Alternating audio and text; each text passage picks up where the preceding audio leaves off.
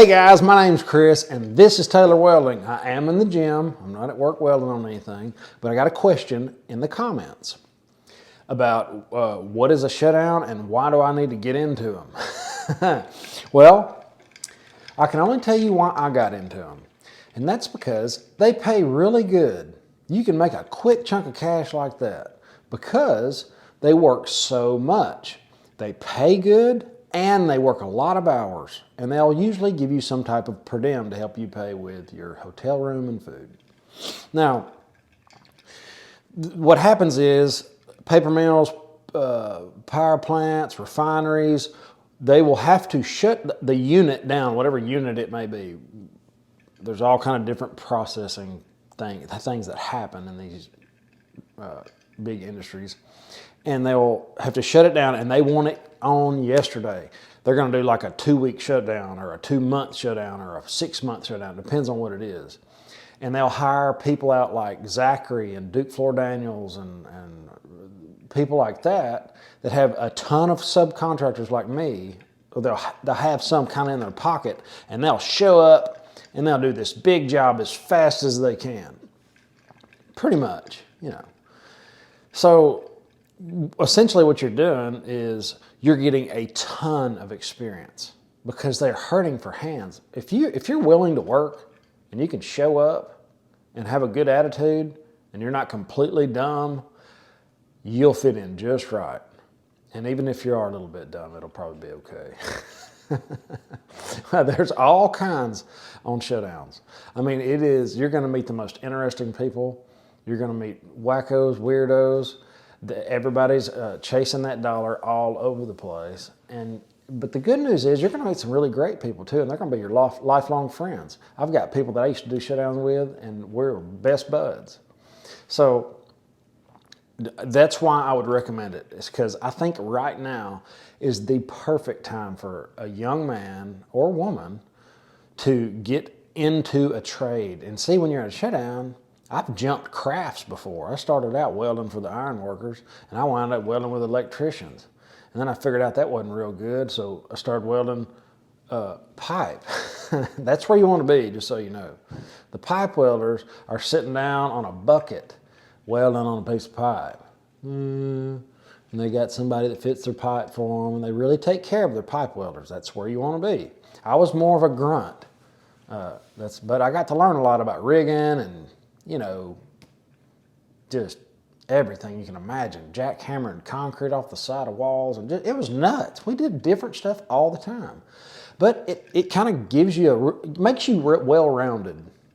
We were welding with some welded rods one time that you could weld straight up. It's the craziest thing I've ever seen. You could reach down in a bolt hole and weld and weld and weld and weld and weld, and weld, and then you could put your pliers on that pile of weld and undo the bolt. It's nuts. You're going to see all kind of stuff like that. I'm going to tell you a little story, and I got to work out. But when I met my wife, she lived in Washington, D.C. Well, I'm down here in Arkansas. I'm in Louisiana now, but I was in Arkansas. And she said, well, what are you going to do? I said, I'll just get up. I'll find a job up there. She's like, what? Are you serious? I was like, yeah, I can do it. She's like, how are you going to do that? I said, I'll find one. Don't worry about it. So I got on the phone. You're going to meet all these people, and then they're all going to go to a different job, and you'll find a group you like to run around with, and you'll make contacts. And you can also, if you don't know anybody, leave it in the comments, and I'll try to find you somebody to talk to. But if you don't know anybody, I'd say there used to be something called the Hot Sheet. I'd pick them up at a truck stop. And it was a magazine with all the different jobs, new construction, shutdowns, turnarounds. And you'd just go through there and find the number and call them. And they'd say, yeah, we need somebody, or no, we don't. And I can imagine with people not wanting to work right now, I can only imagine how many people are needed. And I don't know, I've been out of the loop for so long. But anyway, back to the story. So I get up to Virginia, North Carolina. I don't know, I got really close to her. And I was running a forklift, and I'm a welder, but they needed a forklift operator. Turns out I'm pretty good at that too. So that's the way it rolls, man. You just get in where you fit in. So I'm running this forklift around. I think I was making $23 an hour, working 7 tens, It's pretty good money. And then something happened. Yeah, I found another job with working with Shaw, about 90 miles where she lived, 80 miles. Boop, hopped up and left. They don't really like you doing that now, but I didn't care. I was young and I was just blowing and going. I get there, worked on a forklift for 9 months or so, and they needed a crane operator. They said, Chris, you know a good crane operator? I said, you're looking at him. And they said, what? I said, yeah, you're looking right at him. I'm the best crane operator you've probably ever seen. I was lying. I try not to ever lie anymore. but they said, are you serious? I said, yeah. And I had been in one for about 5 minutes. So I didn't completely lie. It was some version of the truth. But so they said, well, prove it to me. Get up in that crane and show me you can run it. And I went to looking around trying to figure things out. And they got foot pedals and they said, boom up. I'd cable down. I'll do something wrong. I say, that's different than the last one I run. They said, all right, good enough. Go take your test. I was like, what test? What are you talking about?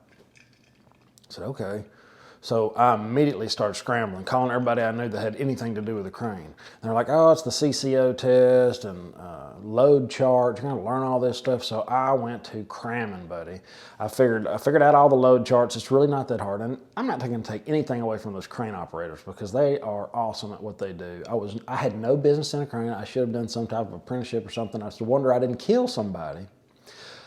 But it worked out. And I was able to figure out the load charts. And really these days, the new cranes have so many safety features on them. It's going to make you quit before you topple it over. You can override that button. I've done that a few times too.